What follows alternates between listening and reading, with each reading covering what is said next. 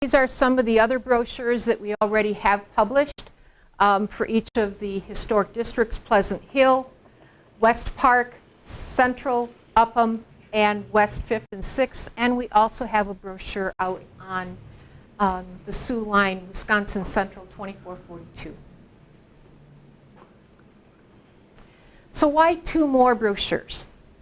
Well, one of the reasons is that we know that there were a lot more homes in Marshfield than just what we were able to highlight previously. And some of them have some very unique stories. We also had people coming to us and saying, why don't you do something about the different styles of architecture in the homes in Marshfield? Because we do have a really good variety of homes and the different styles that are represented here. So we kind of put those together. We are going to be working on some additional brochures. We just kind of approved that at our committee meeting tonight that we had just before this. In addition to these 2 brochures on the homes, we're going to be doing a set on additional buildings of architectural interest.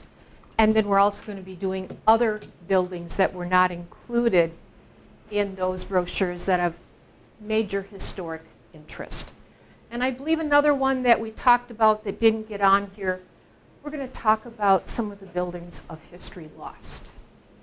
Things that are no longer around, and they should be remembered. So that is going to be another one of the brochures that we're going to be doing. So I want to talk real briefly about kind of what did we do, or the process that we went through to put these brochures together. You know, it's real easy to go and say, hey, let's put together a brochure and let's put some houses in there. It's not that easy. Chris can attest to it. She's been helping me on, especially on the architectural one. And so we had a lot of fun. But basically what we did, we started with a whole list of houses. And even after we had that list, we went and looked for more. We started researching those houses using newspapers, library resources, community resources, anything that we could find to get more information about the houses, specifically the historical part of those houses, if there was anything in detail written about the architecture of those houses. Some of the early intensive surveys have information in them about the houses, what style they were, when they were built, and things like that. There's a lot of websites that you're going to be able to look at. The links are in some of the flyer or in the brochures for you. We'll talk about those a little bit later. Once we had this big list, we had to decide which houses we were going to showcase and which ones we weren't.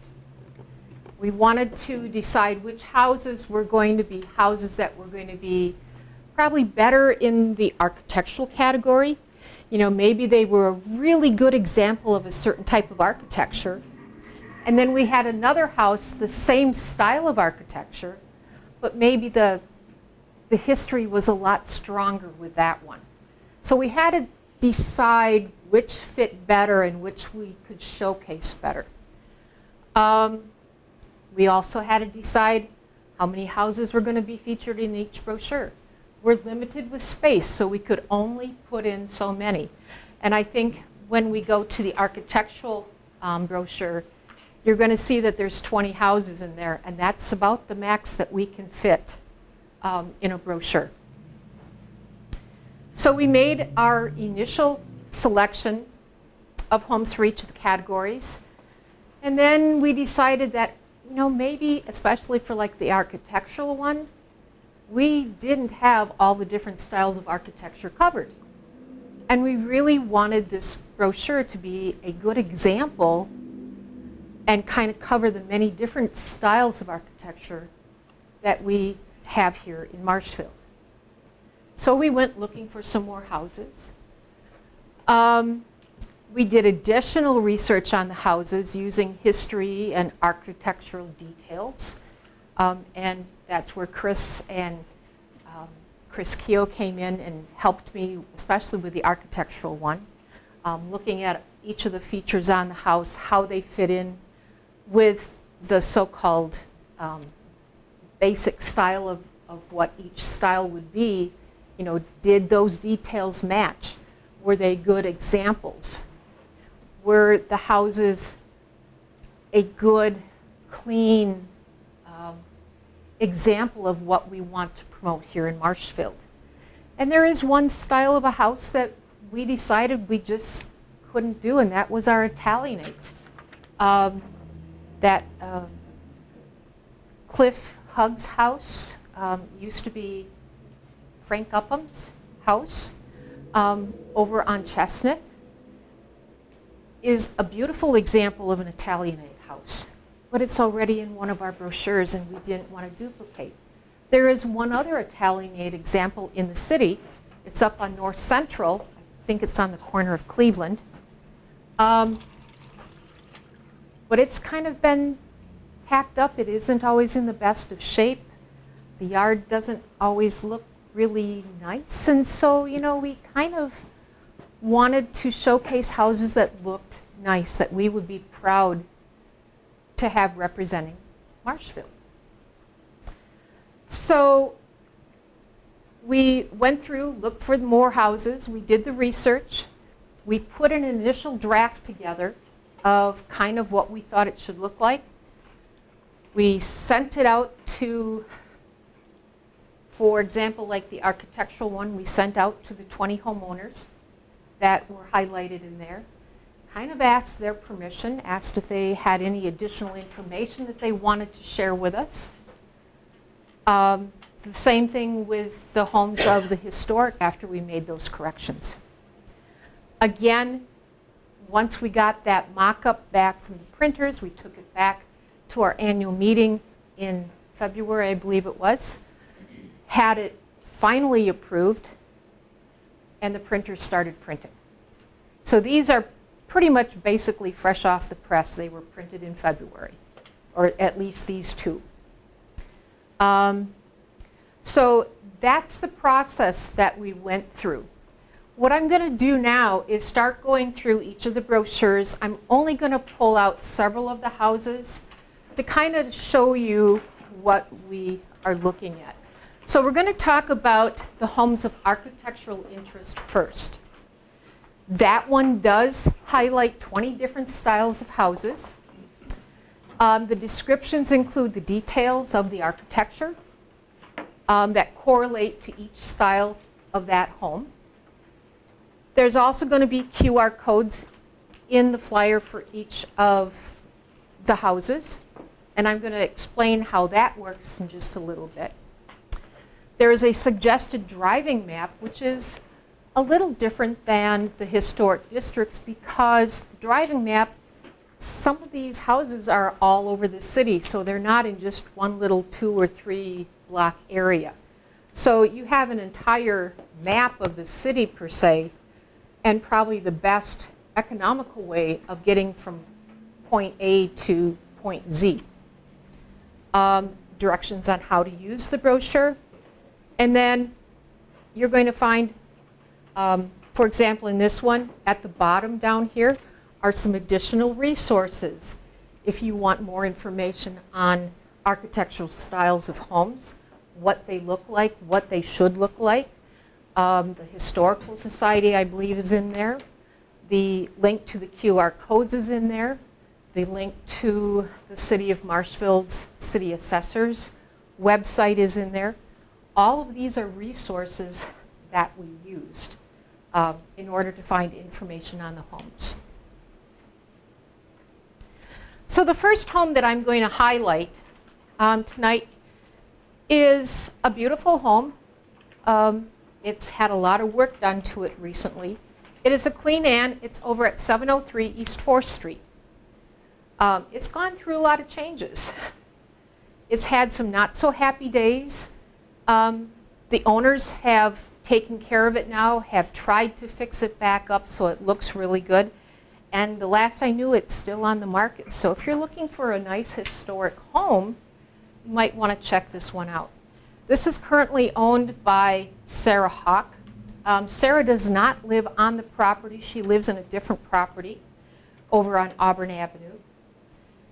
This home historically was the Ed and Lucy Brickmeyer house, and it was built in 1898. As you can see by the description, and I know it's kind of hard to read there, it's a sub-style of the late Victorian era. Queen Anne is a collection of elaborate detailing, eclectic materials. You can see different types of the roof styles. You're going to see towers, vertical windows. It has more than one story, obviously. It's going to have different wings sticking out or different sections of the house sticking out. It's not just going to be a nice little square or rectangular house. It's going to have some fishtail or fish scale shingles or detailing on it. The paired windows, the turret is also examples of those styles. So this one is a really good example of what a Queen Anne should look like. Okay? Another different style of house that normally we don't think of in Marshfield is the French Provincial. And this one is up at 403 Columbus Drive. It's the home of Dr. and Karen Reyes. Karen is now living there since Dr. Reyes has passed. I only pulled a portion of the house for this picture because one of the things about French Provincial, it's supposed to be symmetrical. If you have one window here, there's supposed to be another window here. Things are supposed to be balanced. And what they have done, they've taken the original house, but they've added another wing onto it, which isn't real representative of the French Provincial, but the main house was. This house was built in 1964, and you can see if there's, for example, the windows, one's here, one matches over here. There's a chimney here, there is a chimney on the other end of the house. So things are balanced to offset each other. And you can see some of the other types of things, the arched windows, the arched doorway, just a lot of really interesting details on the French Provincial.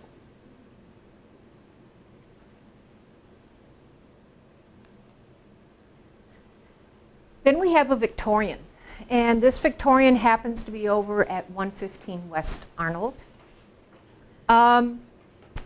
Victorian architecture dates back way to the late 19th century when America was exploring different buildings, different designs, you know, those types of things. Advancement in machine technology meant that Victorian era builders could incorporate mass-produced ornamentation. So like the brackets, the gingerbread, all of those things, the spindles, could be mass-produced, done quicker, usually more expensive or less expensively than being hand-created. And so they could be incorporated into a house fairly easily. One of the things when the newer Victorian houses were built, and they call them the neo-Victorians, they started pulling some of those traditional Victorian styles and incorporating those in. So you'll see some of the curved towers, you might see spindled porches. This one here has a bay window, which is right off behind the porch over here. A lot of spindles. They actually highlighted theirs by multicoloring them, which is kind of unique. You'll see the lattice work up at the peaks of each of the roof lines. There's also gingerbread and some of the ornamentation around on the porch as well. you'll see a lot of that ornamentation on the Victorian homes. This home is currently owned by Dennis Bueller, and the home was originally built in 1887.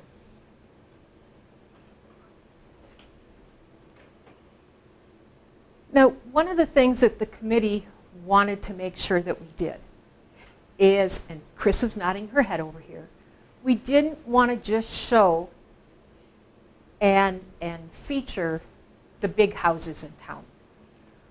Because Marshfield is made up of more of some of the elite, but there's also a big share of the common worker that live here in Marshfield. If you look at somebody, for example, like the Rodis plant, you know, Mr. Rodis had a very ornate home. It was beautiful and it was large. But not all the workers that worked for Rodis could afford those style of houses. And so there are a lot of different styles of small houses that were fairly easy to build, fairly economical to build, and for a small family, you know, serve the purpose. One of those examples here is the Cape Cod. This one is over on West Daggy Street. It's right on the corner, and it's one of the cutest little Cape Cods I've ever seen. Cape Cods traditionally are either square or rectangular. They either have 1 or 1.5 stories. This one has a 1.5 story. The roof is not real steeply pitched. This one's more of a gentle pitch. But sometimes they also had gabled roofs. This one does have dormers, and there are shutters down on the lower level by some of the windows. Traditionally, they're also sided with clapboard or with brick. And so this little house is a really good example of that type of architecture. This is another common worker type house. This is called the National. This one happens to be over on North Ash Avenue. It was primarily one of these houses that people knew that they needed shelter. They knew that they needed to have a roof over their head. They may not necessarily have had a lot of the economic flexibility to have a larger home. So this was, again, something that the common worker would very often build. This has a gabled front and wing style. And what that means is that the main part of the house will go across, and then there'll be a little jut out. This one coming out, probably about 4, maybe 5 feet. Where that jut out is where I believe the living room is. So you'll see different styles of Nationals. They may go off the back as well, but again, that's kind of the style of what a National house looks like. Usually they are about 2 rooms wide and 1 room deep. They're not real large houses. And you will find National homes almost everywhere, because it was one of the homes that, like I said, the common laborer or common worker was able to afford. Marshfield also has some very unique styles, not just necessarily unique to Marshfield, but something that you don't necessarily think you're going to see here. We have several prairies, and this is one of them. This is over on West 6th Street.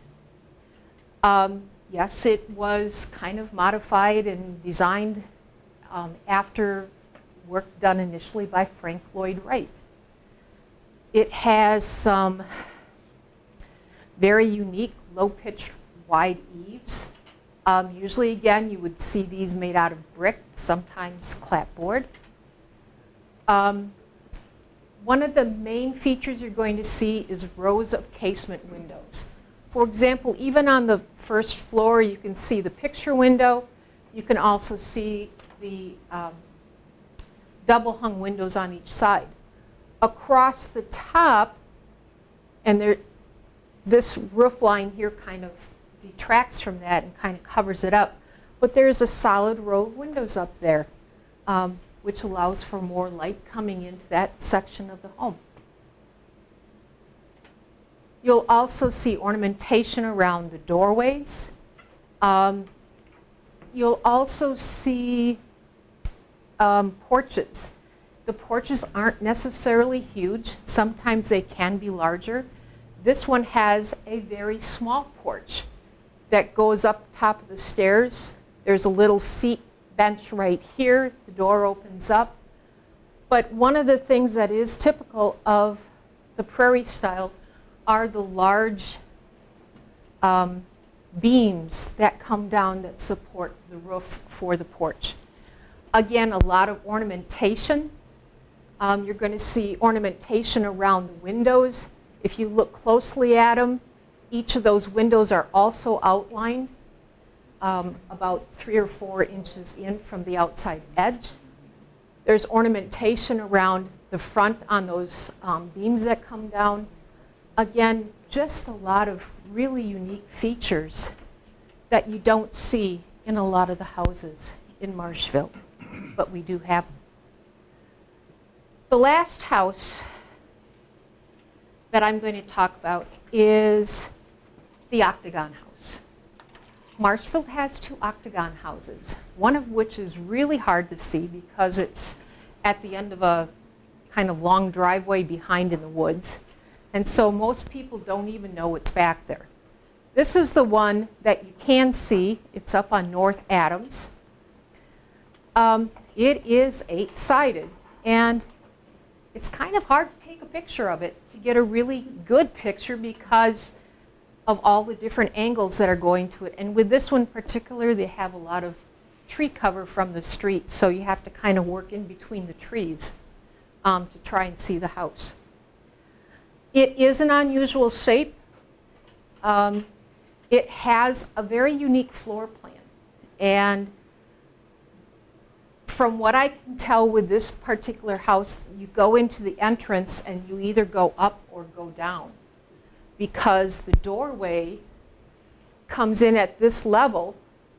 You can see there's a level down here and a level up here. So it's kind of almost, it has that split level appeal with that little foyer. When you walk in, you either go up or you go down. One of the people who was very popular for designing the Octagon House was Orson Squire Fowler. And he was kind of an amateur architect, but this was something he came up with. He thought it was kind of cool. And you will find that most of the traditional, or I should say remakes of the octagonal house are probably in North America. Probably not too many other places. And they usually popped up around the early 1900s. This one popped up a lot later than that. This one was built in 1981. So again, kind of a unique feature. Some of the other styles that you're going to see in the brochure, we only talked about 7 styles so far. There's 13 other styles. The Tudor, the Saltbox, the Colonial, Spanish Eclectic, the Dutch Colonial, the Shotgun, and I heard somebody talking about the little shotgun. Again, one of those houses for the common worker. The American Four-Square, the Craftsman. So then the modern, the ranch split level, and contemporary. So again, a lot of different styles of houses that maybe you weren't aware of that were here in the city of Marshfield. So we're going to go on to the second brochure. And this is homes, more homes of historical interest. This brochure highlights 15 historical homes in the city that were not previously in any of our other brochures. It does include historic details of that home. Again, the QR codes, and we'll get to those in another few minutes. That driving map, directions on how to use it, and again, some other resources if you are looking for more information on historic homes, where to go to. So the first house that I'm going to highlight out of this brochure is number 1. This is out on East 15th, which is down getting towards the area of the fairgrounds. This is a beautiful Queen Anne house. It was built in 1895 by one of Marshfield's own architects, or I should say builders, Hans Billy. And it was built for Dr. Henry A. and Anna Lathrop. Prior to this time, the land was a farm that was owned by John Arion. And in 1909, William Null, Jr., who lived at 117 South Cherry, swapped houses with Dr. Lathrop. And so Mr. Null moved here, and Dr. Lathrop moved into the house on Cherry. After the death of Arthur, who was William's son, in 1967, the Walter Thomas house, or excuse me, the Walter Thomas family moved into the home. Walter Thomas and his son Gordon ran a grocery store. And yes, that is who you're thinking of, Jan Thomas. That is her family. It has beautiful English oak and birch woodwork in it, hardwood floors throughout the entire house. There are several fireplaces, a library, 2 parlors, a huge dining room, a built-in china closet or cabinet, a large kitchen and pantry, a beautiful vestibule, and an open stairway, all of solid woods. And it sounds I have not been in it, but this is the description that I got from one of the newspapers that talked about what the house looked like when it was built. Again, you can see the porch, you can see a lot of the detailing on that house of a typical Queen Anne. How many people recognize this house? This traditionally is known as the Hamilton and Catherine Roddice home, later known as Augusta Roddice's home. This is one of the finest examples of a Dutch colonial style of architecture, or actually revival, in Marshfield. It's located on a large lot and is also one of the city's best period revival style homes, according to the State Historical Society. You're going to see a lot of different features. Some of the words that Chris, help me out. The porte cochere, thank you, is, if I understand that right, this kind of little porch type thing up here. You can step out on it. Yeah, like one step out just to get air and then step back in. It also has, the ballroom is was up on the 3rd floor. So I'm thinking, as they were up here dancing, which they did have dances up there, they could open up that front porte cochere, or excuse me, and kind of just get a little breath of fresh air without having to go down 2 more flights to go back outside. They could just get a breath of fresh air and go back in and continue dancing. Another unique feature about this house, it has a foundation made of stone that rises up 40 inches above ground level. You can see that the windows down into the basement are there, so that there's also ornamentation above that wall, so it did stand out even more so. The 2nd story had a bay area. Again, that porch that has the door in the center right here and 2 additional windows that you could actually walk out a little bit farther on for fresh air, maybe shaking rugs when you were cleaning or having the maids clean. but again, just a lot of really unique features for this house. And many portions of that house are still original to what it was when it was originally built. One of the things that Mr. Rodis tried to do, he tried to showcase a lot of the different styles of wood that he used in his furniture factory, his lumber yard, in his home, so that when guests would come to his house, they could see different styles of wood, how they looked and how they were used. So there's a lot of wood he used as paneling, featured spaces on the walls, those types of things. Mr. Hamilton was the head of the Rodis, or I should say Hamilton was the head of the Rodis Lumber and Veneer Company. And he, as I said, he showcased his wood products. The Rodis family was one of the city's most prominent families, one of them, not the only one, but just one of them. Okay, there you go, Ruth. We're finally there. This is the bungalow that Ruth Voss owns. It is a rental property. One of the unique things about this house is that it is a model from, or a house purchased from the Sears Roebuck catalog.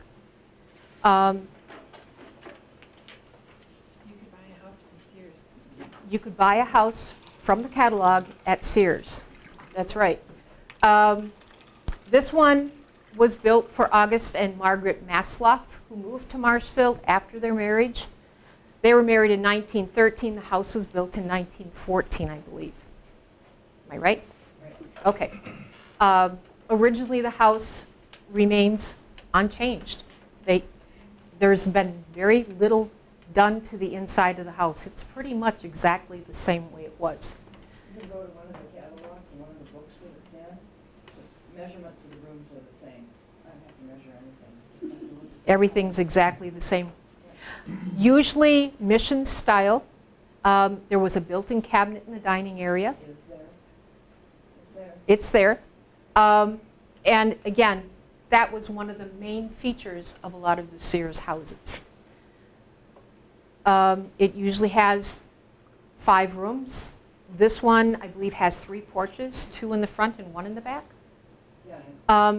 Mr. Matsloff worked for the Northwestern and Omaha Railroad, and he was president of the Marshfield Local for the Brotherhood of Carmen Lodge, and served as supervisor for the first ward starting in 1932.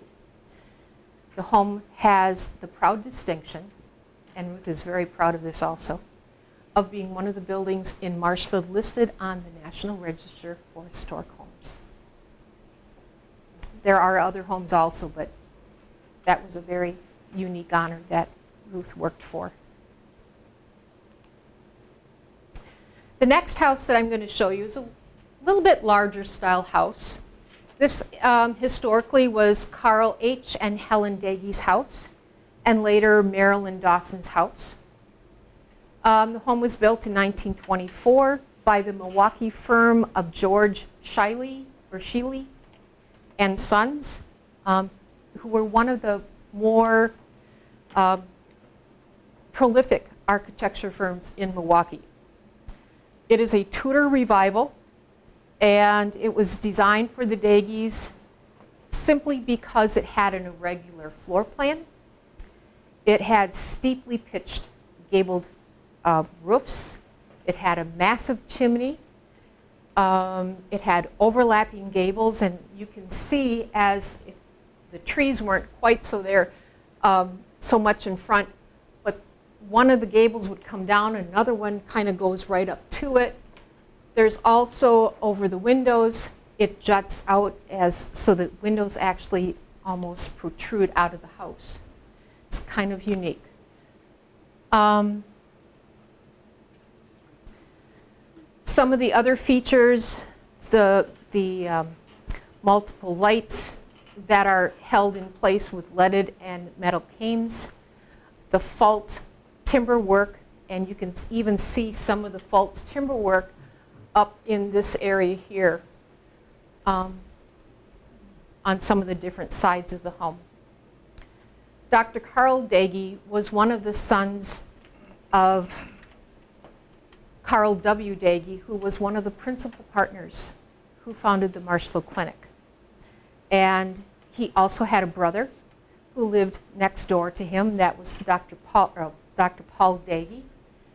And the firm of Dr. Shiley and Sons also built Dr. Paul Dagey's home, which is located at 1010 West 5th Street.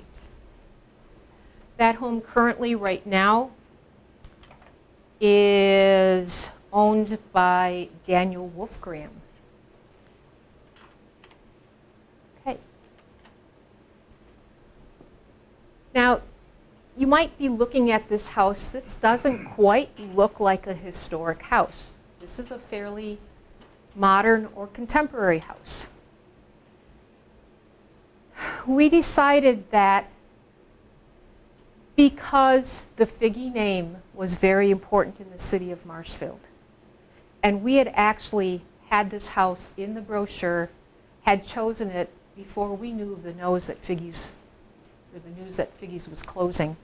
And I'm glad it's in there now, because it does kind of help save a little bit of that history from the Vickie family. This is a very unique home. It was built in 1954. It's not real old, but it's, you know, it's over 50, 60 years. Probably about 65. Am I right? Yeah, 65.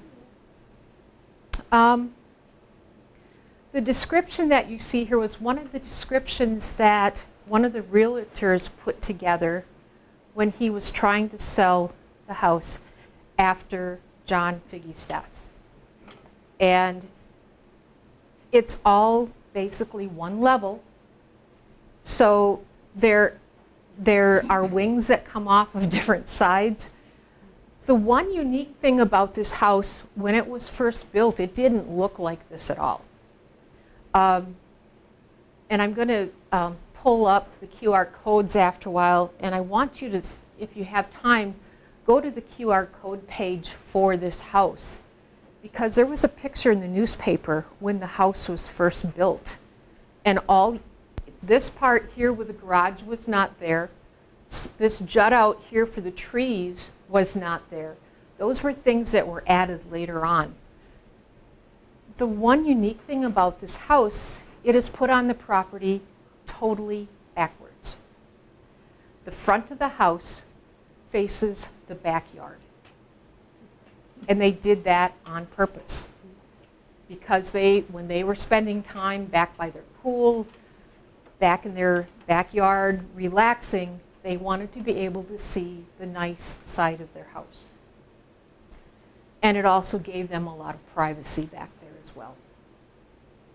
You can go through and you can read all the descriptions about the open concept for the dining and living room, the beams, the fireplace, the gourmet kitchen, the breakfast nook, and all of the other things. And then you go off into the other wing, and there's some of the bedrooms, and it's a very unique home. And it now has a 2-car attached garage with a workshop in it. For those of you who don't know, John and Ann Vickie started Vickie's back in 1941 by assembling the first gift cheese boxes in their kitchen, and that site was not here, it was at 104 West Cleveland Street. So that gives you a little bit of the history of the Vickies. That's going to kind of cover the houses that I'm going to talk about tonight. A couple other things that I do want to kind of bring to your attention. Some of the different resources that are available to anybody in the general public by using the computers at home or coming here and using the ones that Lori has here at the library. One of the first sites is the city assessor's site for the city of Marshfield. And when you go in, you'll have to kind of play nice. They want you to say that you're using this just for your private, personal use. It's not anything beyond that. When you finally get the address typed in and you open up the final page, this is what you're going to see. You're actually going to see 3 different things. the first page for the house, and this, yes, this is the house that's on East 4th Street that we showed earlier. What you're going to see on here is kind of the estimated value for the assessment. It's going to describe some of the different floors, some of the different features in the house, but you go to the second page and you're going to see a floor plan, which I think is a very unique feature of this website now. And then the third page, again, are going to be some of the newer things that have been done to the house. Many times it was air conditioning added or a new heating unit added, but sometimes there was a new garage added or there was a porch redone. Some of those things you're going to be able to see when they were done. So that's the, kind of the city's assessor's website. Another website that we used was the Wisconsin Historical Society's website. There is a section called Architecture and History Inventory. It's for the properties for the state of Wisconsin, if you have a historic property. And what they will do is they have some of the historic pictures. Again, this is that same house that happens to be one of the old black and white pictures that the city assessor took for the property. It will have historic information, and here you can see it lists that the historic name was the Ed and Lucy Brickheimer House. If you scroll down the page more, you'll see that it talks about when it was built, some of the features of the home, and then down towards the bottom of the page, you might be able to find some of the additional historic information about the owners who lived there. So it might have something about the Brickheimers, or if it was the Rodis home, about Mr. Rodis and his family. So again, one of the resources that we use, or that you can use if you want to find more information. Then the city of Marshfield also has a historic property page. The one nice thing about this one, this only lists the different registers, the local historic register, the state registers, and also the national registers. These are places that you had to fill out an application. One of the things that's unique about here, and this is not the full, I think there's like 3 or 4 pages, but it will list the house. This is, for example, the William H. Upham house, the Upham Mansion. It is on the local register, it's on the state register, and it's also on the national register. And it will give you the dates when it went on each of those registers. So you can see the property and which register it is located in. There is also a state section on the historic, or the Wisconsin Historical Society's website, that talk about the state properties. And then there is also a national register that talks about the national registers in more detail.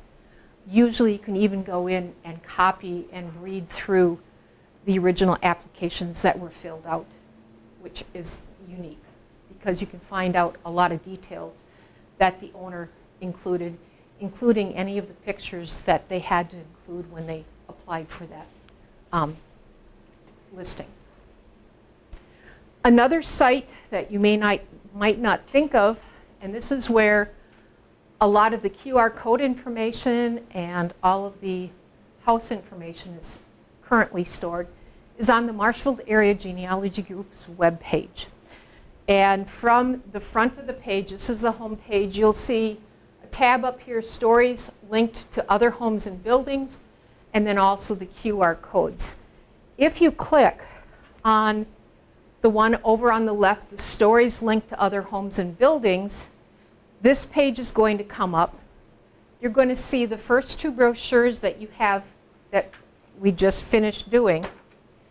If you click on one of those, you are going to see that entire list of homes, which is kind of unique.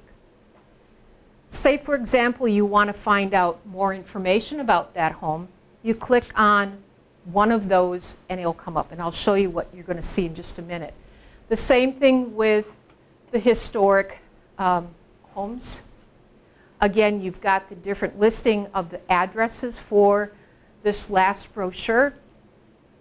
Let's say, for example, we want to look at 11 East, or the 1108 East 4th Street. That's the Rodas home. And we click on that. This is what the page looks like, or the start of the page.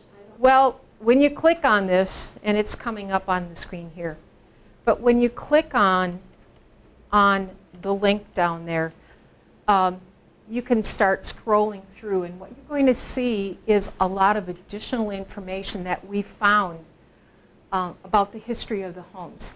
Many of it is newspaper clippings dealing with some of the owners. There's going to be clippings in there about the Uphams on their house, some of the different things that we found in the historic newspapers. But a lot of additional information that you're not going to see in the flyer itself. So you can go to these QR code pages. The other unique thing about the QR codes is if you are actually out driving around, what you're going to see, and I had pulled up one of the QR code panels, and what I wanted to do was show you how easy it is to use the QR codes and what you're going to find. If you're out actually driving around and you happen to have a smartphone, all you need is a QR code reader app. And I just pulled mine up on the phone. I'm going to take this and put it, got to find it, there we go. Okay, you heard the beep, it read the code. I want to open the URL. And that entire story of whichever home you are using is going to come up, and you can just scroll down page after page after page and read through it. Now, one of the things that I want to take a look. Oh, okay.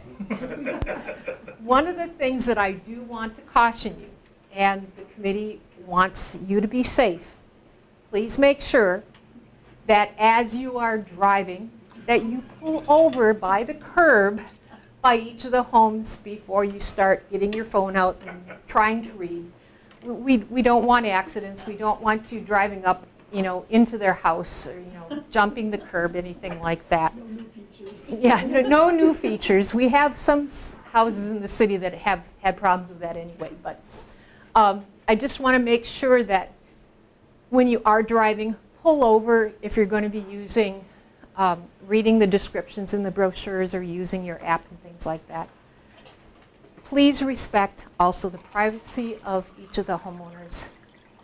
They have been very gracious to let the city highlight, showcase their home.